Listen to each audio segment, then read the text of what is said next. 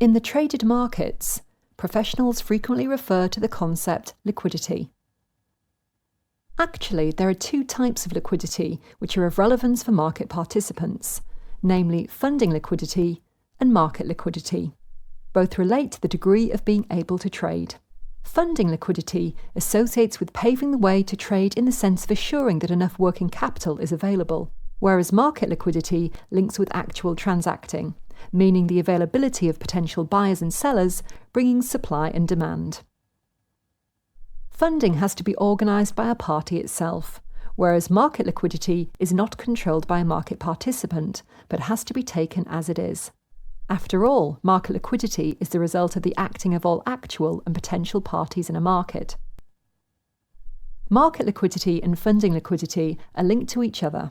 Funding liquidity risk will contribute to market liquidity risk.